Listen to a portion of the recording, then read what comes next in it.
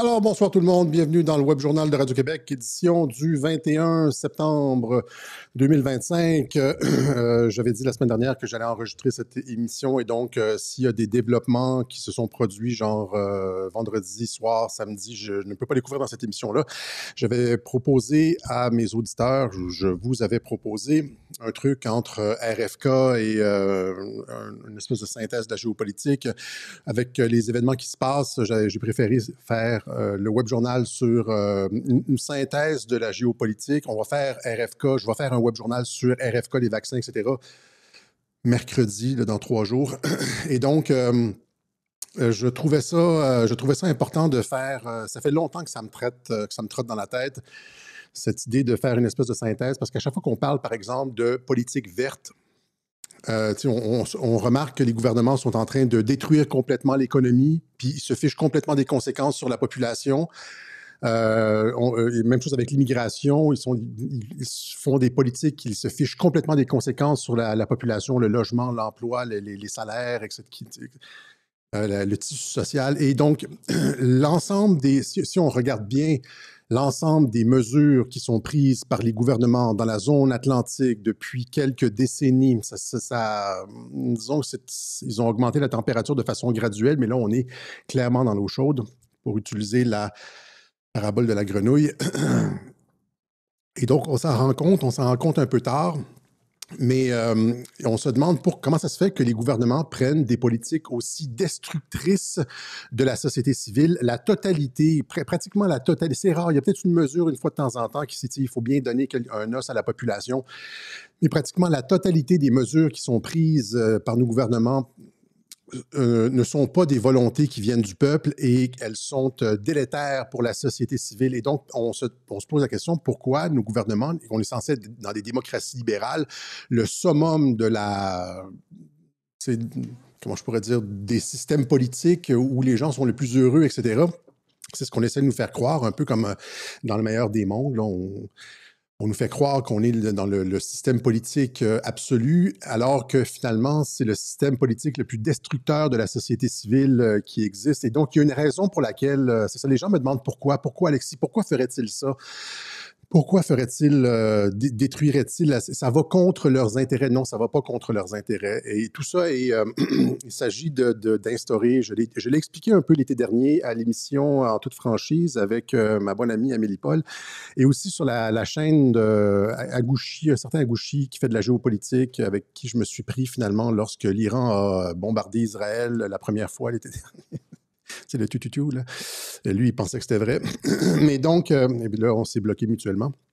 Et j'en ai parlé un petit peu comme ça, mais j'ai jamais fait un web journal où on fait une synthèse de tout ça. Et donc, il y a la force de cet aspect du web journal-ci, en fait, c'est ici, fin de partie, le jeu de la domination mondiale. La force de ça, c'est qu'en peut-être 15 minutes, on va avoir une super synthèse des raisons pour lesquelles nos gouvernements jouent dans l'équipe adverse, jouent contre les peuples. On en a parlé un petit peu avec Mike Benz, on en a parlé pour comment ça se fait que l'OTAN s'est retourné contre les populations, etc. Il y a un projet de gouvernement mondial.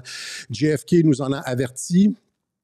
C'est pas nouveau, c'est un projet qui a des décennies derrière lui. Il y a Carol Quigley aussi qui en a parlé dans Tragedy and Hope, le professeur de Princeton qui avait étudié.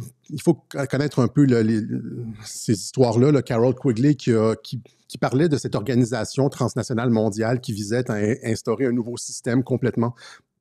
Et il dit, je suis d'accord pas mal. Carol Quigley disait, j'aurais dû avoir sa photo. Là, j'en ai parlé dans d'autres web journaux. Il disait, je suis pas mal d'accord avec les objectifs du nouvel ordre mondial. C'est juste que je déplore seulement qu'on fasse ça dans le dos de la population. Le truc, c'est que on est obligé de faire ça dans le dos de la population parce que les populations, les peuples, ne consentiraient jamais au sacrifice nécessaire pour en arriver là. Et on va voir pourquoi ils ne consentiraient pas. Et pourquoi, et donc, étant donné que les peuples ne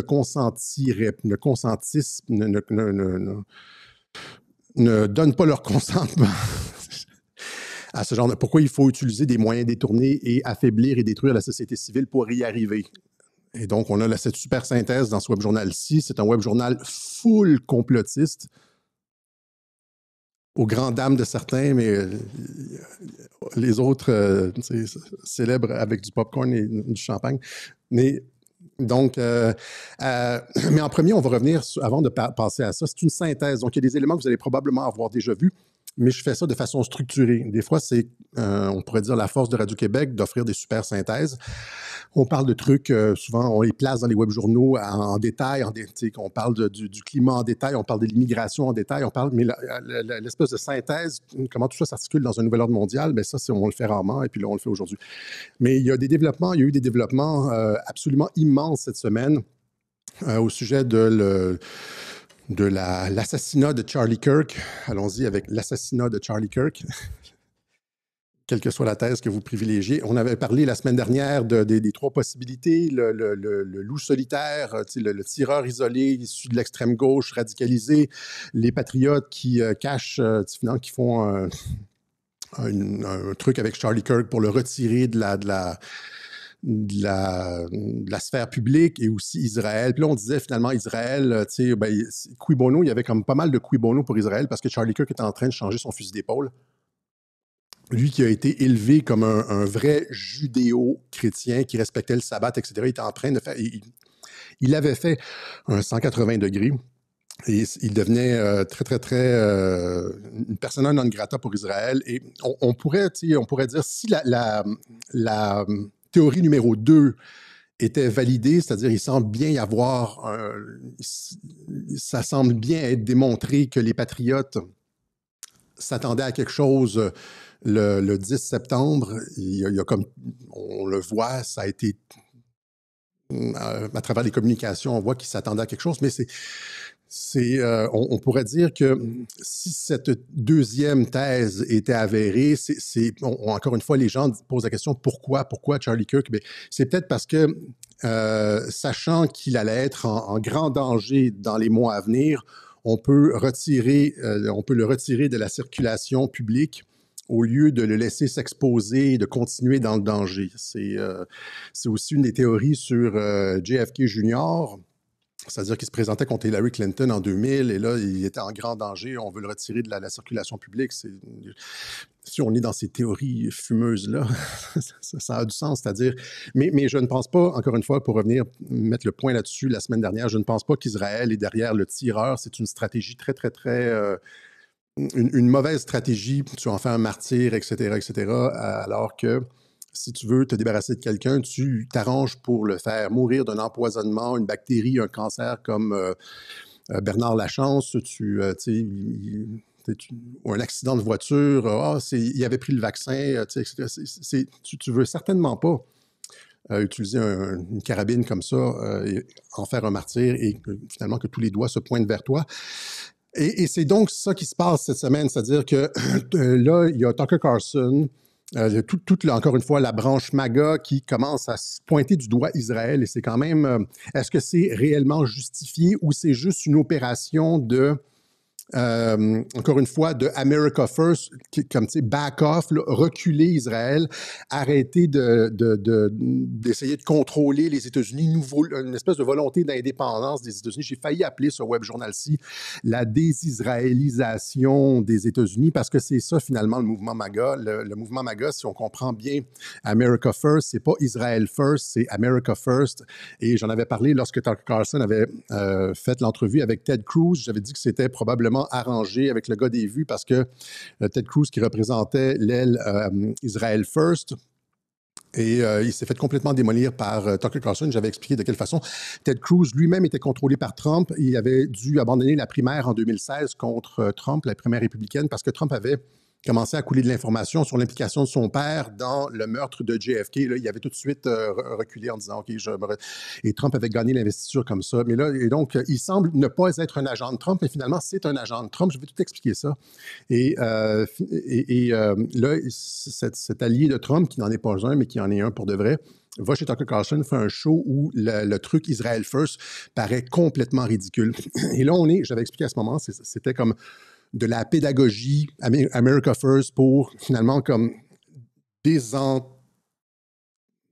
le mot en anglais, disentangle, mais c'est comme découpler les États-Unis d'Israël, etc. Et là, ce qu'on voit cette semaine avec Charlie Kirk, c'est cette opération, cette offensive de la part de beaucoup de personnes, Candace Owen, Tucker Carlson, Ron Paul qui en a parlé, et Mike Flynn aussi. Et donc, en général, quand Mike Flynn met un petit peu saupoudre, pointe du doigt quelque chose, des fois, Mike Flynn fait de la désinformation aussi, il lance des fausses pistes, etc. Mais dans ce cas-ci, il pointe encore une fois Israël. Il n'y a pas aucune raison de réellement faire ça. Et donc, cette semaine, c'est ça que j'ai senti. Il y a eu cette gigantesque offensive contre le lobby sioniste aux États-Unis de la part du mouvement MAGA. Le mouvement MAGA a sorti ses gros canons contre le lobby sioniste. À titre d'exemple, je vous montre ici, comme par exemple le tweet de Mike Flynn, ça c'était mardi. Mike Flynn, this is a timeline set in statement to have been part of any serious investigation. Donc, il retweet, il dit ce qui vient d'être énoncé en bas ici, il pointe à un tweet, il dit ce qui est énoncé en bas ici devrait faire partie de n'importe quelle investigation. Et là, il réfère à un tweet de Jackson Hinkle, qui est quelqu'un de très, très, très anti-israélien, et même critique à l'égard de Trump. Hinkle, si on veut des vidéos, par exemple, si vous voulez des vidéos comme sur la guerre à Gaza, dévastateur pour Israël, vous allez sur le site, sur le compte de Hinkle, puis il en republie beaucoup. Donc, mais là, et Flynn le republie. Hein, il l'amplifie, comme on dit. Et là, qu'est-ce que c'est? Eh bien, c'est toute la ligne du temps de Charlie Kirk qui est formatée comme un judéo chrétien, et puis finalement qui devient complètement MAGA, anti-intervention US, etc., qui retourne complètement sa veste sur Israël. Et là, il fait la liste de ça, et c'est ça que Mike Flynn retweet. C'est pour ça que je dis que c'est majeur, et qu'on est réellement, comme je l'explique depuis quelque temps, dans une opération de découplage entre le lobby Israël. Hein, le problème a été posé par Mersheimer, le lobby israélien et la politique étrangère américaine. Ça, c'est Mersheimer et Waltz, ça avait déjà une sommité en relations internationales que j'ai moi-même étudié à l'université, et qui est étudié, par exemple, à West Point, dans les collèges militaires, etc. Réellement, pas comme Charles-Philippe David, là. Et donc, vous voyez ça, il dit, donc il a été préparé par Israël alors qu'il était adolescent. Il était le plus grand loyaliste non-juif d'Israël. Il commence à critiquer légèrement Israël. Il dit qu'Epstein faisait partie du Mossad. Il dit non à la guerre contre l'Iran au nom d'Israël. Il fait pression sur Trump contre la guerre en Iran. Et puis là c'est une liste. Il est devenu dégoûté par Netanyahou. Il a laissé les antisionistes s'exprimer lors de ces événements. C'est une liste de Jackson Hinkle fait la liste complète de la ligne du temps du renversement de Charlie Kirk, et c'est ça qui est republié par Mike Flynn. Et voilà. Donc, on est encore, comme je dis, c'est ça, le camp MAGA utilise des moyens indirects pour arriver à ses fins. Tu ne peux pas juste arriver et dire fuck off le lobby israélien, ça se fait, il n'y a personne qui va comprendre. Et donc, ça prend des événements comme ça, que ce soit, que Charlie Kirk ait été assassiné ou non, quelle que soit la thèse que vous privilégiez, c'est pas important. Ce qui est important de comprendre, c'est que les patriotes se servent de cet événement-là pour continuer le travail de découplement de la politique américaine des intérêts d'Israël dans une logique de America First. OK? Aux grandes dames de Pierre Hillard et toute cette gang de personnes qui disent que... Mais c'est ça qu'on voit dans la base MAGA, les plus grosses. J'avais expliqué la semaine dernière, par exemple. Je donne encore ces exemples-là parce que c'est des personnes bien en vue, mais c'est très largement partagé, là, plein de comptes Twitter et tout, de Matt Gaetz, de Steve Bannon, de Marjorie Taylor Greene, etc., etc. Vous voyez... le mouvement au cœur du mouvement MAGA, ça c'est le Devoir, le journal Le Devoir, incursion en terre MAGA dans le comté de Marjorie Taylor Greene. Le cœur du mouvement MAGA est pour une politique America First et puis laisser Israël se débarrasser tout seul, pas se débarrasser, mais se débrouiller tout seul. Donc avec un Moyen-Orient apaisé et puis laissez-nous tranquilles. C'est ce que j'explique depuis. Et évidemment, le lobby israélien ne veut pas ça et a tenté de renverser Charlie Kirk. Ils ont fait énormément de pression et c'est ça qu'on va voir aujourd'hui. Donc, je veux parler aussi de l'option Janus chez les MAGA, c'est-à-dire le double visage. Le mouvement MAGA est comme Janus, le dieu romain Janus. Il y a deux visages. Il y a un visage où Trump est comme pro-israélien, le meilleur ami des Juifs, etc., Et puis, rappelez-vous quand il disait qu'Israël a perdu le Congrès, là. Donc, comment ça se fait? C'est inconcevable qu'Israël ait perdu le contrôle du Congrès. Mais d'un autre côté, tu as le visage de Trump et tu as le visage de la base MAGA qui fait exactement le contraire. Et donc, ça s'inscrit aussi dans la stratégie de l'anti-dictateur. Tu sais, je suis un gentil. Sur tous les sujets, je suis un gentil, mais ma base informe le mouvement MAGA, etc. Donc, il y a le visage officiel de Trump qui est comme impassible, puis il y a sa base qui milite dans le sens inverse. On va aller voir, j'ai un petit segment sur Janus pour vous donner l'exemple. Allons-y tout de suite. Et donc, par exemple, juste comme 30 secondes, sur des dossiers comme le Obamagate, vous voyez, comme Trump qui dit, genre, tu sais, qui fait rigoler Obama, ou qui dit, je voulais mettre Hillary en prison, mais finalement, j'ai changé d'avis, ça n'aurait pas été bon pour le pays. Il dit ça devant les médias. Et puis, par la suite, les documents sortent sur Obama. J'en ai parlé dans un web journal récemment. Et il sort, presque quelques semaines après, il ressort une vidéo où Obama se fait arrêter, les tweets où Obama est en prison, etc. Donc, on voit qu'il y a deux visages. Il y a le visage devant les médias, puis le visage sur Internet. Même chose avec les vaccins. Warp Speed, c'est la meilleure chose qui s'est possible et imaginable. Mais là, toute la base de Steve Bannon à Mike Flynn, à Marjorie Taylor Greene, à Robert Navarro, etc., disent non, les vaccins, c'est pas bon, c'est des poisons, y compris RFK, etc. Et Trump aussi qui tweet, par exemple, they're all poison. Ça, c'est il y a 2 semaines. Là, ils disent ce sont tous des poisons, ceux qui ont du thimerosal dedans, là. Mais, et donc, vous voyez, il y a comme cette espèce de double visage où est-ce que Trump doit être comme présidentiel d'un bord, mais d'un autre côté, informer sa base. Parce que toute sa base, je l'ai expliqué dans le web journal sur Warp Speed, toute sa base a été informée de ne pas prendre le vaccin, que c'est dangereux, etc. Puis ils ne sont pas testés et tout. Donc, ils ont eu les informations, mais Trump doit garder le visage public devant tout le monde. Donc, c'est comme une espèce de Janus. Même chose avec le lobby israélien. On voit Trump qui serre la main de Netanyahu, etc. Alors que toute sa base, finalement, essaie de découpler la base MAGA. Le principe même d'America First, c'est le découplement de la politique américaine, étrangère américaine, des intérêts d'Israël. Même chose avec la liste d'Epstein. Trump qui dit non, ne publiez pas cette fake list, ne la publiez pas surtout. Mais par ailleurs, tu as tout le mouvement MAGA qui pousse, y compris Mike Flynn qui dit Monsieur le Président, cette histoire ne s'en ira nulle part. Tu sais. Flynn qui pousse pour la publication de la liste d'Epstein, tout le mouvement MAGA qui pousse pour la libération, pas la libération, mais la publication de la liste d'Epstein, Elon Musk, etc. Trump qui dit it's fake. Fait que donc, il y a encore une fois cette espèce de double visage, une stratégie en 2 temps. Ça, il faut rentrer ça peut-être dans le code Trump. Je pense que j'en avais parlé un peu dans le code Trump. Voilà, mais et c'est la même chose avec Charlie Kirk, donc Trump qui reste l'ami officiel d'Israël, mais finalement tout le mouvement MAGA qui découple. Et là, avec la mort de Charlie Kirk, on a plusieurs interventions. Ron Paul, Candace Owens, Tucker Carlson, qui sont tous allés dans le même sens, c'est-à-dire Ron Paul a dit, si vous voulez, en passant, Ron Paul, il était candidat à la présidentielle en 2004, je pense, et pour la primaire républicaine, et il y a un documentaire, comment je peux dire, essentiel, fondamental pour comprendre le travail de SAP des médias. Il faut bien connaître l'anglais parce que ça se passe vite, là.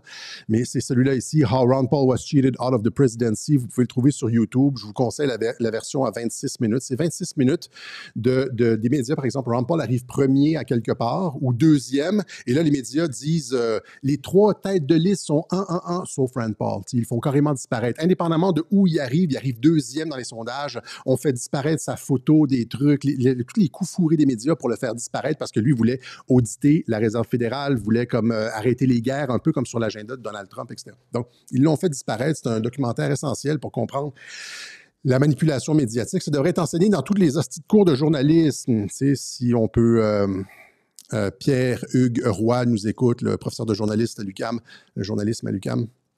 Et donc, ce que Ron Paul dit, il dit que, bon, je ne vais pas faire jouer les clips parce que je ne les ai pas traduits, puis ça va être long. Il faut écouter tout le propos. Je vous en fais le résumé, puis je les publierai sur ma plateforme Telegram. Donc, il dit que, essentiellement, mais ils disent tous un peu la même chose. Il disait que Kirk déviait du militarisme néoconservateur. Il ne mentionne jamais Israël, mais on sait qu'avec les néoconservateurs, il y a énormément de binationaux là-dedans. C'est un petit peu la chasse gardée des binationaux. À part John Bolton, là, c'était presque tous des binationaux américano-israéliens dans les néoconservateurs.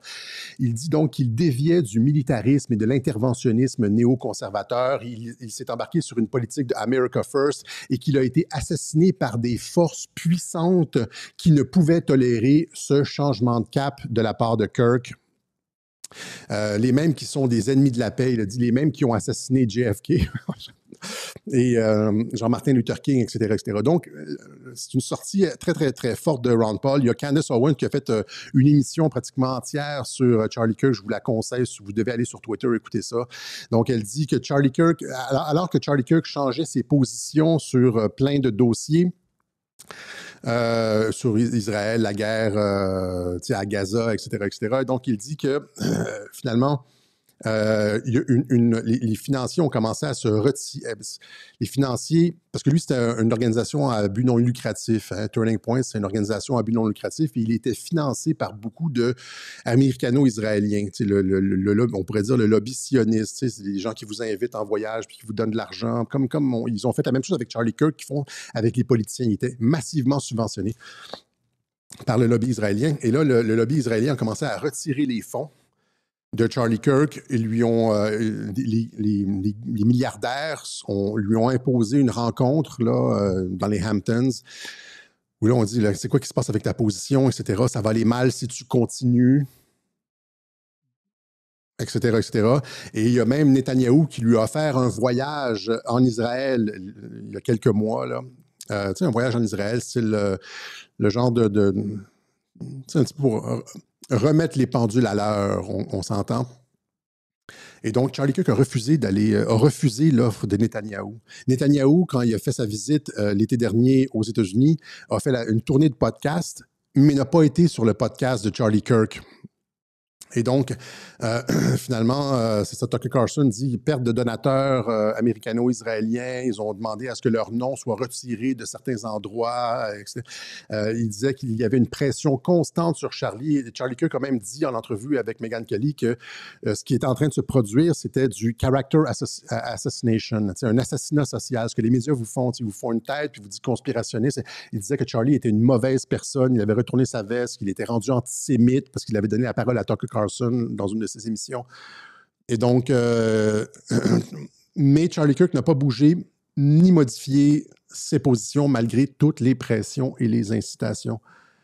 Et c'est dans ce sens-là que Candace Owens et Tucker Carlson prennent sa défense aujourd'hui. Et donc, l'enjeu pour Israël, comme je l'ai expliqué, était énorme après avoir perdu le Congrès. Ils voient bien que les États-Unis sont en train de se découpler et pour eux, c'est la perte de milliards, la perte potentielle de milliards et de milliards, de dizaines de milliards de dollars en investissement parce que vous comprenez, c'est quoi l'arnaque? C'est-à-dire que tu donnes à travers l'IPAC et d'autres PAC, là, des Political Action Committee, tu finances des congressistes. Et après, ces congressistes, mettons, tu donnes comme 100 millions à des congressistes, puis après, ce qui se passe, c'est que les congressistes vont voter des budgets de 10, 15, 20 milliards d'aides à Israël, ou 5, 6, 7 milliards d'aides à Israël. Fait que pour 100 millions d'investissements dans les politiciens, tu reçois comme des milliards en aide, ainsi que l'appui américain à l'ONU, etc., etc. Et c'est ça qui est en train de disparaître avec America First. Et ça énerve beaucoup, beaucoup les Israéliens, à juste titre. Si j'étais eux, j'essaierais de, je veux dire, dans leur perspective, en tout cas, c'est catastrophique. Voilà. Donc, ça c'est énorme. Encore une fois, c'est un autre volume de la désisraélisation de la politique étrangère américaine. Après les affirmations de Trump sur le Congrès, eh bien là, on rentre justement dans... c'est la base MAGA qui se détourne de plus en plus. Ça se fait tranquillement. Ça se fait par des moyens indirects. Ça se fait par une guerre de l'information. Ça se fait pas de façon directe en coupant les ponts directement comme certains voudraient tu sais, là, il faudrait genre qu'il casse du juif, là. C'est pas comme ça. Tu veux toujours rester comme officiellement l'ami d'Israël. Il a reconnu Jérusalem, etc. Mais d'un autre côté, c'est comme arrangez-vous avec vos affaires. Contrairement à, par exemple, je pourrais te donner des exemples, ça, c'est des moyens indirects, alors que la stratégie chez le camp d'en face, c'est un petit peu comme, je l'ai expliqué, les Français à la bataille de Crécy ou à la bataille de Zincourt, où est-ce que la cavalerie française, la fine fleur du royaume, a chargé sur les archers anglais et se sont retrouvés dans la boue, morts avec des flèches. Donc, c'est moyens directs versus moyens indirects. On est à l'époque des moyens indirects, à la guerre de l'information et de l'assassinat social, etc., beaucoup plus que par les balles. Et Trump, ils ont bien compris ça, c'est-à-dire que si on veut se débarrasser de l'emprise d'Israël, tel qu'expliqué par Mersheimer, etc., qui est vérifié, il y a une chroniqueuse de Radio-Canada qui s'est faite renvoyer parce qu'elle a dit que les Juifs contrôlent Hollywood, etc. C'est peut-être dans la formulation, là. Elle a peut-être été malhabile dans la formulation, mais il y a comme... si tu regardes le financement des partis, c'est pas caché, le financement est public. Elle dit des réalités qui sont facilement, publiquement vérifiables, mais c'est peut-être dans la formulation. Et donc, si tu ne veux pas te retrouver comme cette chroniqueuse de Radio-Canada qui a perdu son travail parce qu'elle a pointé du doigt les Israélo-Américains, appelons-les comme ça, il faut que tu utilises des moyens directs parce qu'il y a une guerre de perception et tout ça et tout ça. Voilà, donc soyons habiles, mais l'objectif, c'est la paix pour tout le monde, y compris le camp d'en face. Donc, ça, c'est pour l'assassinat de Charlie Kirk. C'est des développements majeurs, surtout que, comme je le dis, Mike Flynn a mis son poids sur la balance. Rappelez-vous le tweet du dernier Web Journal où est-ce qu'il disait s'il était avéré qu'une puissance étrangère était derrière l'assassinat de Charlie Kirk, eh bien, il y aurait des conséquences incroyables. Et là, je l'avais montré dans le cadre de l'aspect Israël, mais encore une fois, je répète, si Israël ne peut pratiquement pas être derrière cette tentative d'assassinat-là, parce que c'est pas comme ça qu'on tue quelqu'un, c'est pas comme ça que le Mossad tue quelqu'un. C'est beaucoup trop flagrant, puis comme on le voit maintenant, pouf, t'en fais un martyr et ça se retourne contre toi. Donc, je pense qu'ils sont beaucoup plus intelligents et beaucoup plus subtils que ça. Voilà, donc finalement, fin de partie, jeu de domination mondiale. Comme le disais, je l'ai montré à plusieurs reprises, le clip de JFK qui parle de mouvement révolutionnaire mondial qui coopte, qui prend le contrôle des institutions. C'est comme de la vigne, hein, ça monte jusqu'au sommet et ça prend le contrôle des institutions. Il s'agit d'une opération avec de vastes moyens militaires, diplomatiques, scientifiques, économiques, etc., visant à instaurer un nouvel ordre mondial, une nouvelle façon de faire les choses en relations internationales. Et donc, pour ça, il y a des étapes pour y arriver.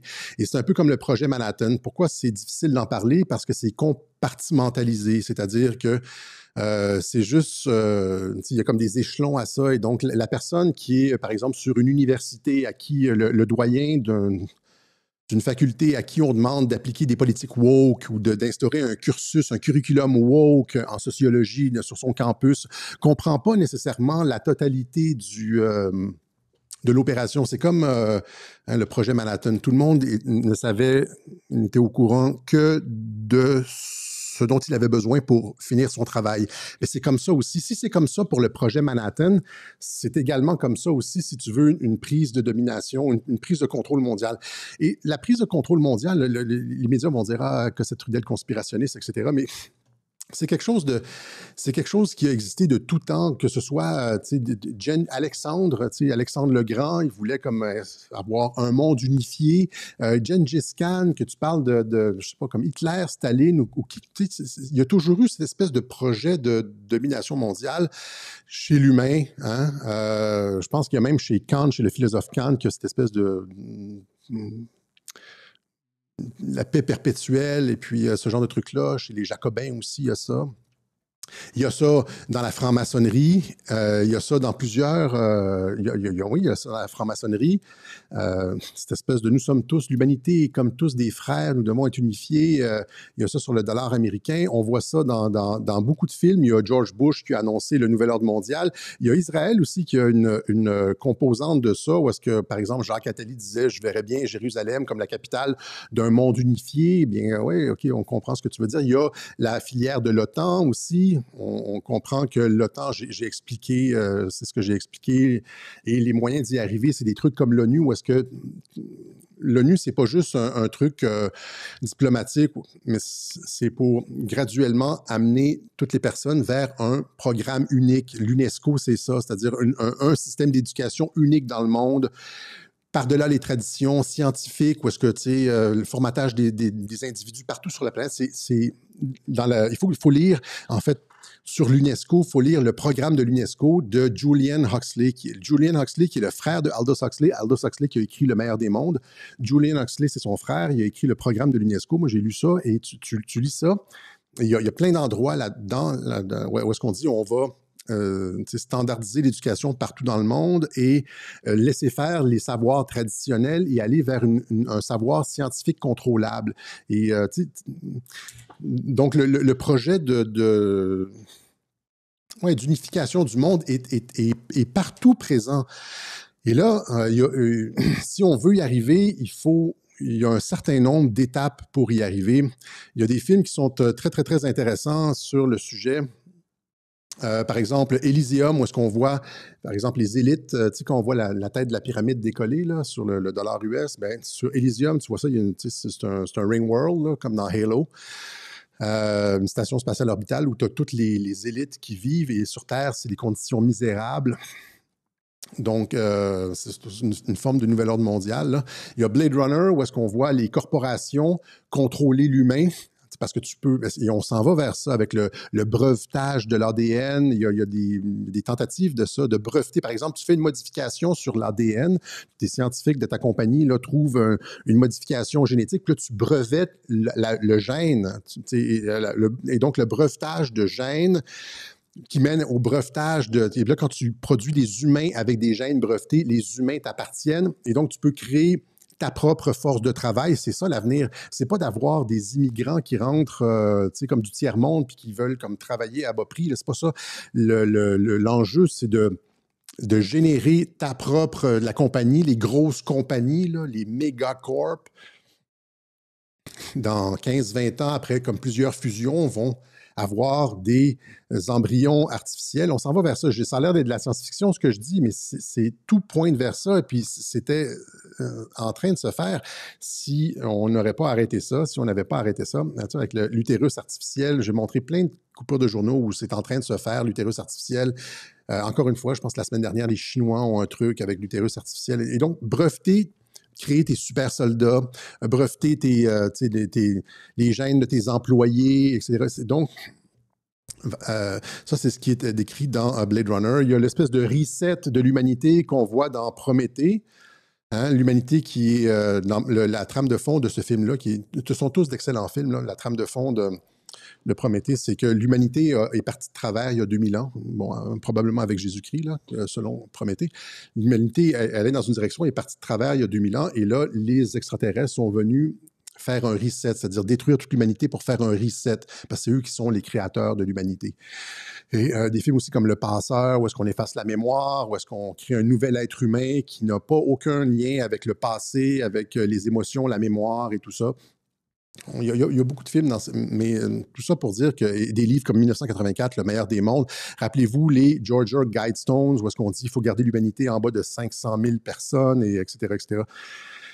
Et toutes les institutions comme le Forum économique mondial, la Open Society, tous les mouvements vers la technocratie, le développement durable, etc., qui ça a l'air d'être louangeable, les objectifs du développement durable. Moi, je lis ça comme ça, je dis « Oh, wow! Hey! C'est le pactole, on s'en va vers une meilleure humanité. » Puis là, finalement, tu regardes qu'est-ce qu'ils sont en train de faire, c'est les drag queens dans les écoles, etc. Fuck off, là, tu sais, c'est comme...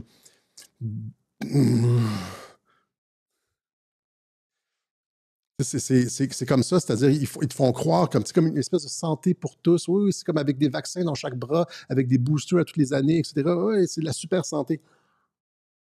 Et donc, mais tout ça, c'est une trope de l'humanité, la trope vers l'unification du monde et un contrôle total sur l'humanité. Le problème, c'est qu'on est dans la zone atlantique, là, c'est-à-dire la zone contrôlée par l'OTAN, on pourrait dire, là. Parce que c'est de ça qu'on va parler aujourd'hui, alors que nos pays sont des démocraties libérales. Comment en arriver à un nouvel ordre mondial? Tu peux pas... L'obstacle principal au nouvel ordre mondial, c'est la démocratie, les démocraties libérales, la liberté de penser, etc., de dire non. Et c'est ce qui pose le principal problème pour les élites qui essaient de nous amener vers une technocratie de style nouvel ordre mondial. Et donc, comment imposer ce nouvel ordre mondial à l'ensemble de l'humanité? Il y a deux problèmes. Donc, le premier problème, c'est qu'on vit dans des démocraties où il y a la liberté d'expression et on peut débattre des choses et dire non. Ça, c'est totalement antithétique de tout ça ici. Ça va à l'encontre de tout ça. Les humains vont dire non. Généralement, les gens sont... Le fond est conservateur. Là. Chez les gens ordinaires, le fond est conservateur parce que les gens n'aiment pas vraiment le changement. Puis on le voit avec l'IA, il y a eu, au début, il y a eu beaucoup de réticence et puis les gens sont réfractaires au changement. Les gens veulent vivre normalement avec leurs petites habitudes, etc. Puis quand tu leur proposes des gros changements, par exemple, quand les guichets automatiques sont arrivés, il y a eu beaucoup de résistance et les gens sont généralement... Et c'est ce qui est problématique pour toutes les politiques vertes, etc. Les gens ne veulent pas changer leurs habitudes parce que les gens sont comme... Il y a une inertie à la population qui est salvatrice. On dit que les gens sont lourds un peu puis ils ne comprennent pas. Oui, mais il y a aussi cet aspect-là est aussi bénéfique parce qu'il y a de l'inertie et les gens ne bougent pas rapidement. Ils ne sont pas genre, ah oui, sautons à pieds joints dans la nouvelle... Le nouveau gadget ou le nouveau... peut-être pas le nouveau gadget, les gens aiment la technologie, mais la nouvelle propagande, le nouveau... si ça change des habitudes. Et donc, essayer de faire ça de façon synthétique, là. Le problème, c'est la démocratie libérale avec la liberté d'expression et tout. Et l'autre problème, c'est d'imposer ça au reste de l'humanité. Donc, si tu es une élite dans la zone atlantique, par exemple du Atlantic Council, puis tu fais partie de plusieurs think tanks, tu es un ancien directeur de la CIA, tu connais tous les programmes secrets, puis avec tes amis, tu te rencontres au groupe Bilderberg, et puis etc., ou dans des bases souterraines et tout, puis tu veux, ton projet, c'est un projet de domination mondiale. Tes principaux obstacles sont la population qui est lourde puis qui ne va pas y aller et les adversaires comme la Russie, la Chine, etc. Donc, pour te défaire, mais l'objectif est le même parce que tu te dis, c'est un peu le dilemme du prisonnier. Tu te dis, la Russie veut la même chose, domination mondiale, puis la Chine veut la même. Il y a cette espèce de course, mais ça a toujours été comme ça. Hein, depuis le début de l'humanité. Cette espèce de course à qui va dominer, qui va imposer son agenda aux autres, qui va imposer sa langue ou sa culture et ses valeurs aux autres. Hein, et donc, si tu ne veux pas être laissé pour compte, tu dois comme être dans la course. Et donc, c'est la façon dont résonnent les réseaux atlantistes. Donc, la domination mondiale, selon la perspective des réseaux atlantistes, on doit se débarrasser de la Russie et de la Chine. Éventuellement, là, c'est comme une espèce de saine compétition, mais on a vu ce qu'ils ont fait avec Poutine au cours des 15 dernières années. Diabolisation, sanctions, encerclement, etc. L'encerclement de l'OTAN, c'était pas pour genre jouer à la marelle, là. L'encerclement de l'OTAN, c'était dans une perspective de Troisième Guerre mondiale. Tout encerclé, puis la même chose avec la Chine dans le Pacifique, c'est dans une perspective de conflit. Éventuellement, il va y avoir un noyau qui va déclencher le conflit, et comme en Ukraine, et quand le conflit sera consommé, eh bien là, on aura des bases partout, puis on pourra faire des opérations contre la Russie, etc. Et tant pis s'il y a une guerre nucléaire. Le problème, c'est que la population ne suivra pas. Comme la guerre du Vietnam, la population, dès qu'il y a des pertes, c'est ce que j'expliquais l'été dernier, l'émission de mon ami Amélie Paul, dès que la population ne veut pas se priver, quand on envoie tout l'argent en Ukraine, puis on ne peut pas prendre notre douche, il faut prendre une douche à l'eau froide, et puis qu'on se fait augmenter les taxes, et puis la population ne suit pas les restrictions. Ça va au début un peu, là, on se serre la ceinture pendant quelques mois, peut-être un an, puis après ça commence à être lourd et la population ne suit pas. C'est ce qui s'est passé avec le Vietnam. Les États-Unis ont perdu la guerre du Vietnam à cause du consentement de la population qui n'était plus là. Et la question dans une guerre de domination, quelque conflit que ce soit, c'est le consentement de la population. C'est aussi le problème dans une guerre de 5e génération dans laquelle on est présentement. C'est ce que j'expliquais en 2020. Le problème, c'est le nœud du problème pour le gouvernement, c'est le consentement de la population. C'est pour ça que les médias sont là. Si la population ne donne plus son consentement, on a quelque chose comme la révolution islandaise. Les gens donnent leurs 4% aux politiciens, et puis, ou comme ce qui s'est passé la semaine dernière en Angleterre. La population se lève et c'est ce que les mondialistes redoutent, que les populations se réveillent, que les populations se lèvent. Et donc, le nœud du problème, c'est toujours le consentement de la population et c'est encore plus le cas dans une guerre de domination mondiale parce que, il y a des frappes. Hein? Et par exemple, dans une guerre de domination mondiale, c'est pas juste genre, oh, la station électrique a été frappée, là, c'est pas ça. C'est Glasgow a été rasé, Glasgow, Nottingham, et puis Paris, Lyon sont en cendres. Et puis là, c'est comme, etc., etc. Puis il y a des opérations. Donc, c'est le consentement de la population.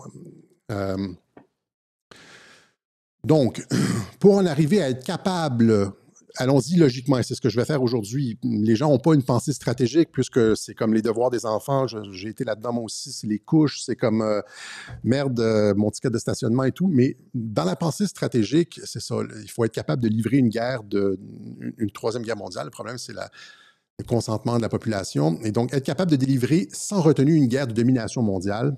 Pour être capable de faire ça, il faut affaiblir la société civile. Et ça ramène à ce que j'expliquais au début du web journal. C'est-à-dire qu'une guerre de domination mondiale n'est pas possible pour les forces atlantistes si la société civile est forte. Et là, ce que vous voyez depuis peut-être 20 ans surtout, là, c'est depuis le 11 septembre, on pourrait dire, c'est une prise de contrôle et un affaiblissement graduel, constant de la société civile. Et la mise en place ce que j'ai appelé les 4 piliers du mondialisme. Donc, une société civile vigoureuse va résister naturellement aux étapes nécessaires à l'établissement d'un nouvel ordre mondial. L'objectif numéro 1, dégrader et contrôler la société civile afin de contraindre les peuples dans la direction voulue. Comment tu fais pour affaiblir la société civile? Et c'est là que je dis, toutes les politiques de la zone atlantiste, ou presque toutes les politiques de la zone atlantique, vont dans le sens d'une dégradation de la société civile, que ce soit au niveau des politiques vertes, des politiques d'immigration, etc., la taxation, l'argent qui sort du pays, etc. On pompe littéralement des milliards de dollars, on s'endette pour envoyer ça dans des comptes de pays africains, des dictatures africaines, des pseudo-démocraties. On pompe l'argent des gens, puis vous voyez un peu où est-ce que parce qu'il n'y a aucun pays qui est comme réaliste au niveau des finances, de la sécurité, des frontières dans la zone atlantique.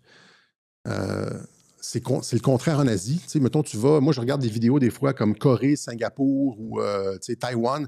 Tout est propre, tout est beau. Les transports comme Taïwan, c'est libre. Hein, c'est la Chine, mais sans le communisme.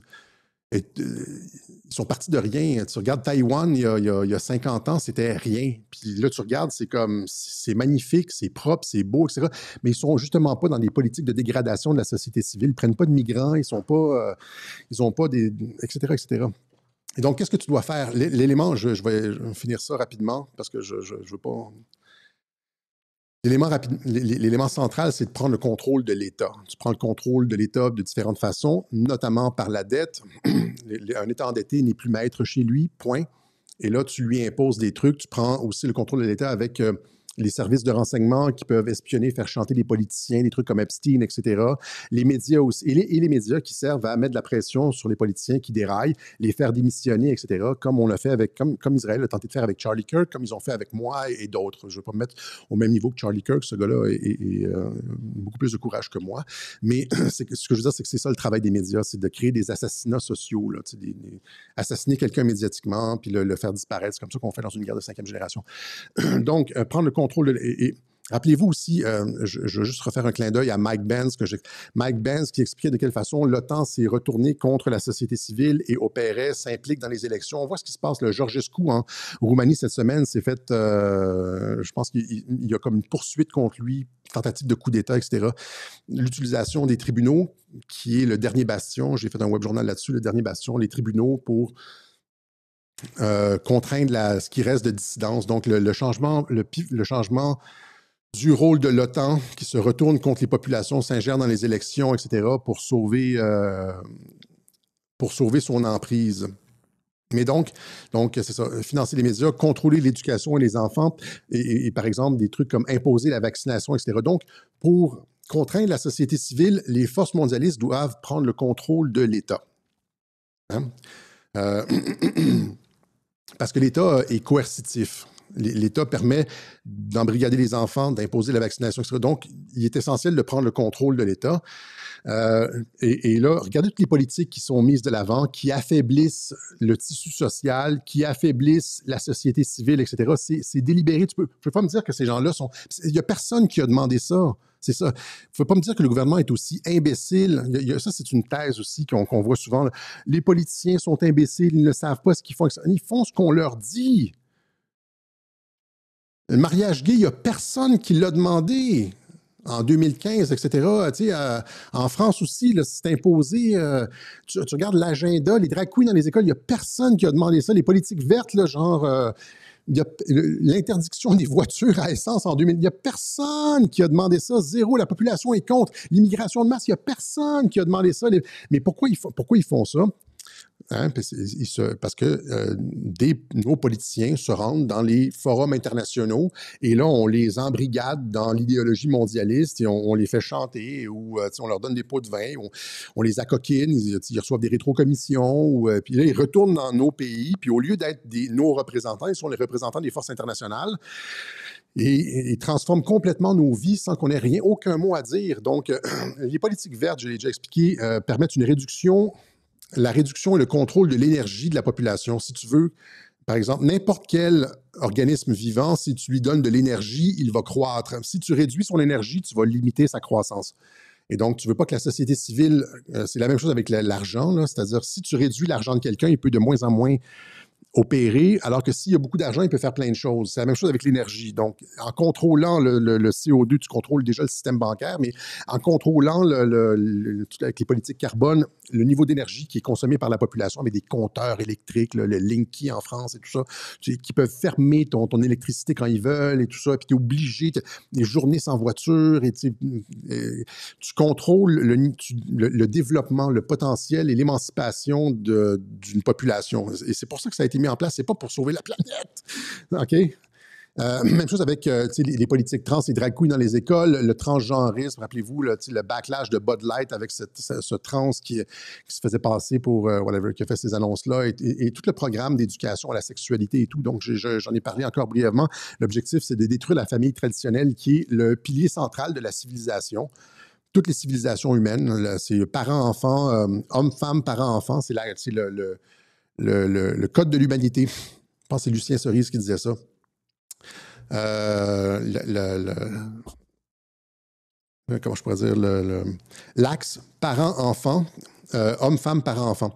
Et là, quand tu détruis homme-femme, parent-enfant, eh bien, c'est ça, tu détruis la famille et donc, les êtres humains deviennent manipulables. Parce que pour les mondialistes, ils ont non seulement besoin d'avoir un système technocratique capable de livrer une guerre, mais ils ont aussi besoin d'avoir un nouveau type d'être humain, hein, une nouvelle humanité, un humain beaucoup plus malléable, contrôlable, qu'on peut breveter, qui ne s'opposera pas, par exemple, au brevetage de l'ADN. Tu sais, c'est comme, si tu n'as pas beaucoup d'identité, si tu n'es pas capable, comme j'expliquais la semaine dernière, de faire si tu n'as pas de capacité de discrimination, de hiérarchisation, tu es dans la penchée gauchiste, etc., puis que tout le monde est un nazi là, qui ne pense pas comme toi, dès que quelqu'un qui...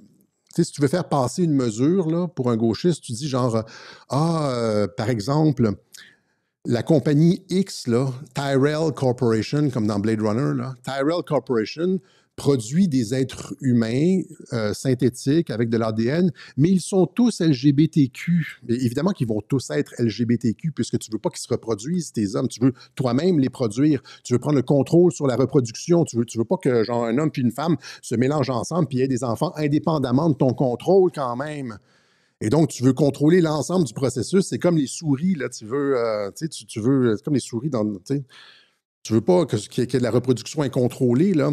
Tu veux que toi-même les produire, avec les gènes que tu veux, puis tu veux des êtres humains contrôlés en laboratoire. Donc, pour faire passer ça sur la gauche, qui ne sont pas capables de réfléchir puis de voir plus loin que le bout de leur nez, tu leur dis c'est des LGBTQ. De toute façon, les clones, les réplicants qu'on fait, c'est des LGBTQ. Ah oui, on est rendu progressiste là maintenant.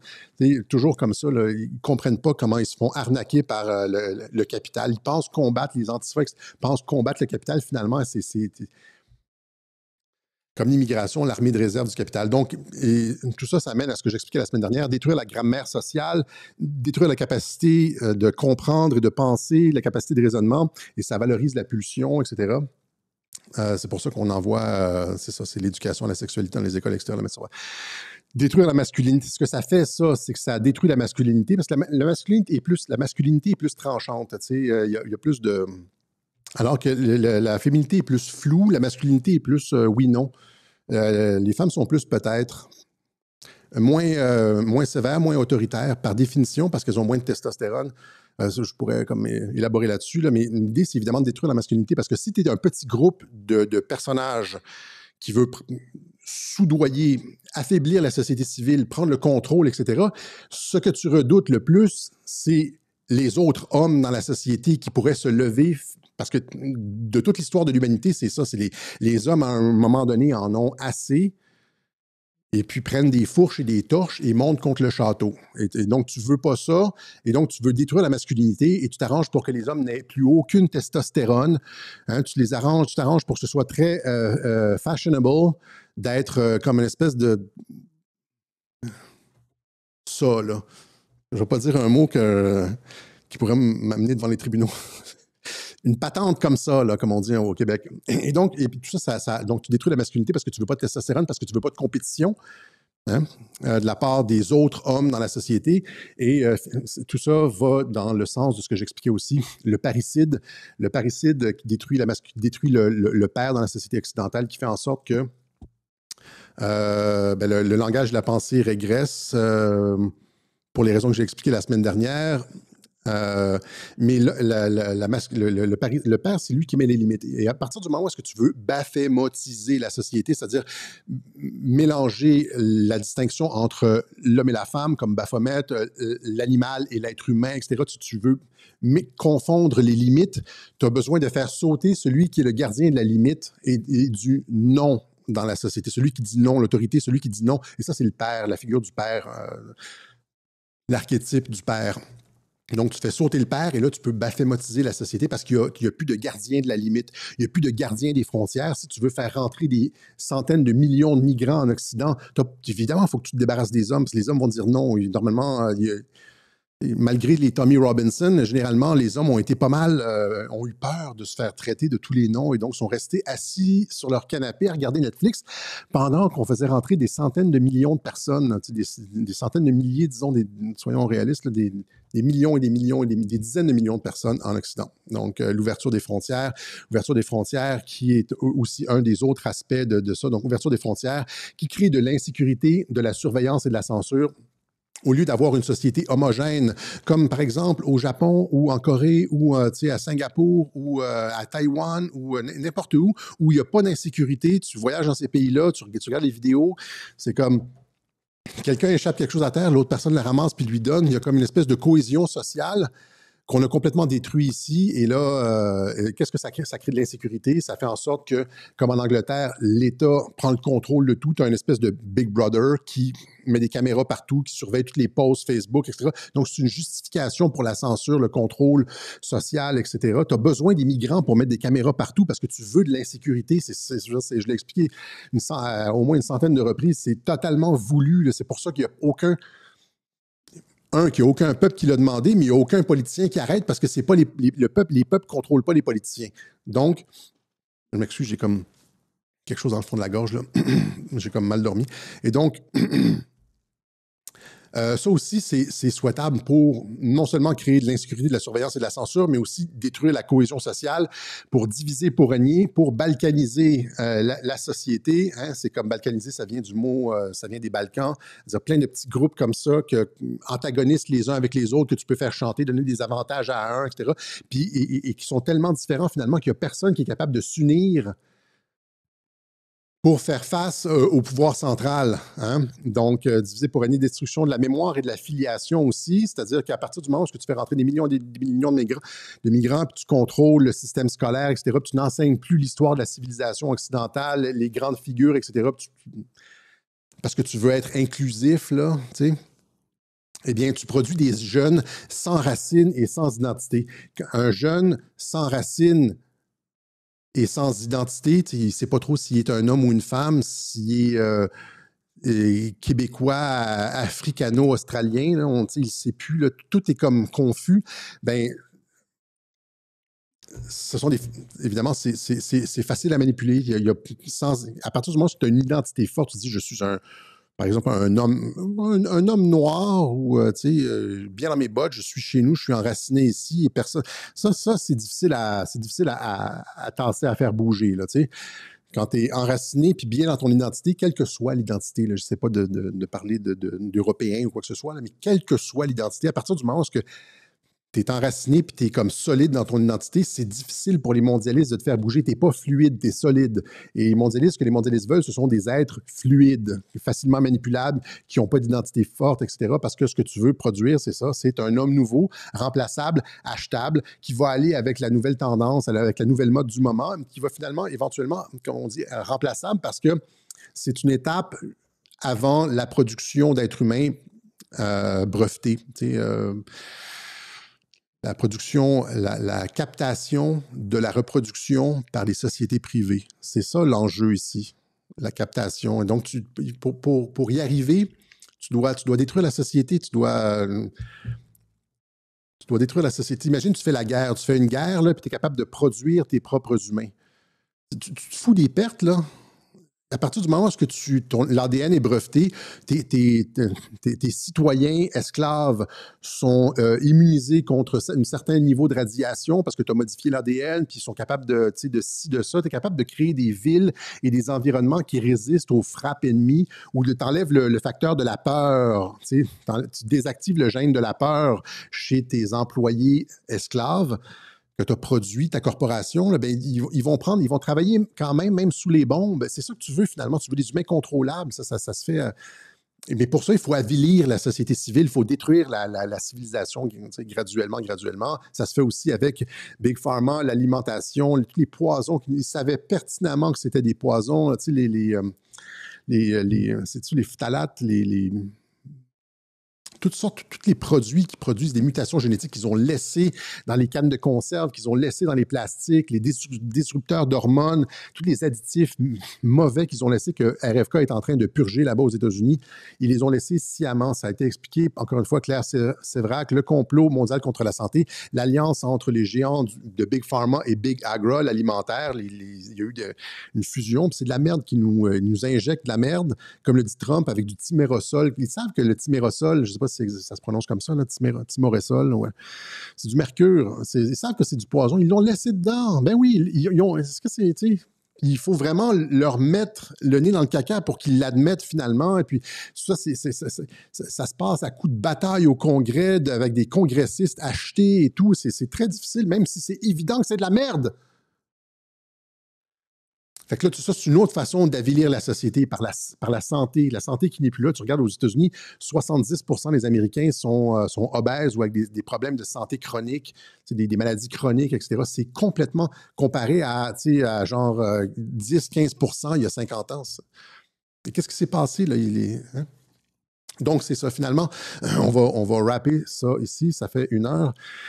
Donc, finalement, pour arriver à leur nouvel ordre mondial, être capable de mener une troisième guerre mondiale contre des puissances opposées, la Chine, la Russie ou quelle qu'elle soit, l'alliance entre les deux, l'alliance sino-russe contre les forces atlantistes, pour la domination mondiale, qui est le but final de tout ça, en fin de compte, c'est le Grand Prix. Hein, ça a toujours été ça. Le Grand Prix, c'est... Donc, pour contraindre les peuples et mettre en place un système capable de conduire une guerre de domination mondiale, il faut réduire l'accès à l'énergie, couper les communications internes avec la censure, la prise de contrôle de tous les canaux de communication, Facebook, YouTube, etc., stériliser et confondre la pensée, on a expliqué ça, briser la cohésion sociale et diviser, affaiblir la vitalité avec l'alimentation, les vaccins, etc. Bon, et ça se fait en prenant contrôle de l'appareil d'État qui permet d'instaurer une technocratie militaire à terme, là, en appliquant tout ça comme un broyeur pendant des années, là, des décennies. Ça se fait tranquillement. Ils sont patients, ces gens-là. Finalement, tu arrives à la fin avec une société civile qui n'a plus aucune vitalité, qui est brisée psychologiquement, une société civile qui n'ose même plus contester. Puis là, tu parles des gens, puis ça sert à quoi? Ils ont plus d'énergie, ils ont plus d'énergie cellulaire, comme on disait dans un autre web journal. Ils ont pas de, ils ont pas de drive, ils n'ont pas de motivation, ils vivent à la semaine, de chèque de paye en chèque de paye, ils sont endettés, ils peuvent rien faire. S'ils lèvent la voix contre quelque chose, ils perdent leur travail, ils se font renvoyer les médias leur font une tête à pleine page de journaux. Finalement, c'est ça. C'est l'affaiblissement complet de l'être humain. On est passé de personnes libres. On pensait qu'on était libre et qu'on avait des droits et tout, qu'on avait une société civile forte. On avait battu le système communiste. Rappelez-vous, c'était quoi, là, à la chute du mur de Berlin? C'était le triomphe de la liberté et de la liberté de marché et tout ça. Mais finalement, tout ça a été capté 3 décennies plus tard, presque 35 ans plus tard. Ben c'est ça, réduire l'accès à l'énergie avec les politiques vertes, on coupe les communications, une censure sur les réseaux sociaux, les médias qui nous attaquent, et stérilisation de la pensée, confondre réduction avec les trucs transgenres, stérilisés, briser la cohésion et diviser avec l'immigration de masse. C'était pas là en 1990, en 91, quand on a gagné la guerre contre l'Union soviétique. Ça a été mis progressivement en place. Et c'est des stratégies trotskistes, gramsciennes, on pourrait dire, si vous connaissez le mouvement révolutionnaire mondial. Et là, après ça, affaiblir la vitalité par l'alimentation, les vaccins, entre guillemets, les mauvais vaccins. Je veux dire, comme Trump a eu sûrement des bons vaccins, etc. D'autres personnes dans les commentaires disent non, il n'y a pas de bons vaccins. Mais l'idée même d'un vaccin est comme pas mauvaise. C'est-à-dire, rappelez-vous, quand les Européens sont arrivés en Amérique du Nord, il y a comme les Amérindiens n'étaient pas habitués au virus européen. Je ne sais pas si c'est une vraie histoire, là. Je ne suis jamais allé au fond de ça, mais selon l'histoire officielle, il y a des millions d'Amérindiens qui sont morts de maladies européennes. Tu sais, les gens nous disent souvent, les Européens ont massacré. Oui, mais non, en fait. Oui, dans certains cas, aux États-Unis, il y a eu des vrais massacres, mais les Français ont été exemplaires, entre autres en Amérique du Nord, là. Les Français ont été exemplaires, je pense bien. Il y a une vidéo là-dessus. Les Français invitaient les chefs amérindiens en France à aller voir le roi. Ils étaient reçus à Versailles et tout. Il y avait des traités d'alliance. On était considérés comme des frères. Et puis, ça n'a pas du tout été la même chose que les conquistadors, là. En tout cas, tout ça pour dire que c'est ça. Les Indiens sont morts, des Amérindiens sont morts, des millions d'entre eux sont morts de virus parce qu'ils n'étaient pas habitués au virus européen. L'idée d'introduire une petite partie de virus mort pour que le corps se dise c'est quoi cette affaire-là? Ouais, qu'est-ce que ça mange en hiver? Et puis, OK, puis là, tu produis de la défense contre ce truc-là inoffensif, là, parce que tu le reconnais. Ben, c'est pas une mauvaise idée en soi, ça. Admettons-le, là, c'est pas une mauvaise idée en soi. C'est la même chose avec les idées, hein? C'est-à-dire que ça fonctionne dans la biologie, mais c'est la même chose avec les idées. C'est-à-dire que quand tu sors une nouvelle affaire à quelqu'un, généralement, la réaction, c'est non, non, non. Et puis, alors que si tu sors, tu y vas tranquillement, tu y vas avec une petite idée, généralement, il y a comme la cognition produit. J'ai utilisé l'analogie, je l'utilise mal ici, là, mais j'ai utilisé l'analogie, par exemple, avec la pandémie. J'ai dit que le camp Trump nous avait vaccinés contre la prise de contrôle sanitaire parce qu'ils nous ont montré c'était quoi le plan mondialiste avec la crise de contrôle sanitaire. Là, la crise de contrôle sanitaire, ça a du sens. Ils nous ont montré... c'était quoi? Et ils nous ont permis de sortir de ça rapidement. Et de sorte que maintenant, on est immunisé contre une crise de contrôle sanitaire. Quand ça va revenir, là, on ne sera plus juste 3% de la population au début. On va être 20%, puis les gens ne pourront pas répéter les mêmes choses parce qu'on a été immunisé socialement contre cette tentative-là. Et donc, ils vont devoir trouver quelque chose d'autre. Mais je pense que leur temps, ils arrivent à terme, là. Mais c'est le même. J'avais dit à l'époque, j'avais utilisé l'analogie du vaccin. On a été inoculé face à ça. Des fois, on nous propose genre une petite idée. On nous montre un peu ce que le camp d'en face va faire. On lève un peu le rideau. Puis là, on voit l'ensemble. Puis là, on commence à se préparer, etc. De sorte que On est immunisé contre l'idée principale. Je ne sais pas si vous me suivez, mais c'est le même truc avec les vaccins. Et donc, en tout cas, l'idée même est pas mauvaise. Dans la réalité, c'est quoi? C'est les compagnies pharmaceutiques qui sont là pour faire du profit et puis qui cachent les études et qui vont pas dans le sens de... Comme on va en parler mercredi prochain, probablement mercredi ou jeudi, on va faire un truc RFK justement avec cette étude de l'Institut Ford justement sur les vaccins qui montre les effets dévastateurs des vaccins. On va en parler mercredi prochain ou jeudi. Je m'excuse, c'est tellement pas comme classique je ne sais pas si vous m'entendez renifler dans le micro. Là, je suis désolé, je suis désolé. Voilà, en tout cas, c'est ce qu'on avait pour vous aujourd'hui. Et donc, c'est ça finalement, l'objectif, c'est d'arriver à une technocratie. L'objectif, c'est d'arriver à une technocratie militaire hein, où la société civile n'a plus son mot à dire. Ce sont juste les experts qui parlent. Ce sont juste les experts, les technocrates et les gens en haut dans le système qui prennent tous les contrôles, toutes les décisions. Une société civile complètement avilie, qui n'a plus d'énergie, qui n'a plus de communication, qui est stérilisée, qui n'est plus capable de réfléchir, qui est divisée entre elles complètement dans l'incohérence sociale et qui n'a plus de vitalité à cause de son alimentation et des médicaments qu'elle prend. Pourquoi voudrait-on, pourquoi les gouvernements iraient tous dans ce sens-là, dans la zone atlantiste? Pourquoi on irait tous dans ce sens-là? La direction, c'est l'affaiblissement de la société civile, la sortie de l'histoire de la société civile. C'est pas juste l'affaiblissement, c'est qu'on est en train de neutraliser complètement le concept même de société civile, et parce qu'on veut le remplacer par des formes qui sont probantes, qui sont facilitatrices pour une prise de contrôle technocratique militaire capable de mener une guerre de domination mondiale contre quelque compétiteur que ce soit. Le prix, c'est la domination mondiale. Okay? Ça a toujours été ça depuis Alexandre le Grand. OK, voilà. C'est ce qu'on avait pour vous aujourd'hui. Un petit web journal. On va en refaire un deuxième pour les gens qui sont déçus de ne pas avoir eu le web journal sur RFK. On va faire ça. On va faire un deuxième cette semaine, promis. Alors on sollicite votre appui encore une fois. Vous savez comment le faire. On laisse les coordonnées en dessous de la vidéo, généralement, par la poste, par Interac, par carte, PayPal, etc., Bitcoin et tout ça. Et donc, si vous préférez l'information qui a du contenu, qui a des éléments de réflexion intéressants, qui est stimulante, qui est délicieuse, qui n'est pas comme une boîte de carton vide, comme l'information médiatique, eh bien, il y a Radio-Québec. Il y en a d'autres aussi. Hein? Il y a d'autres... il y a des personnes qui écoutent Radio-Québec, qui donnent ailleurs, etc. Il y a des personnes qui...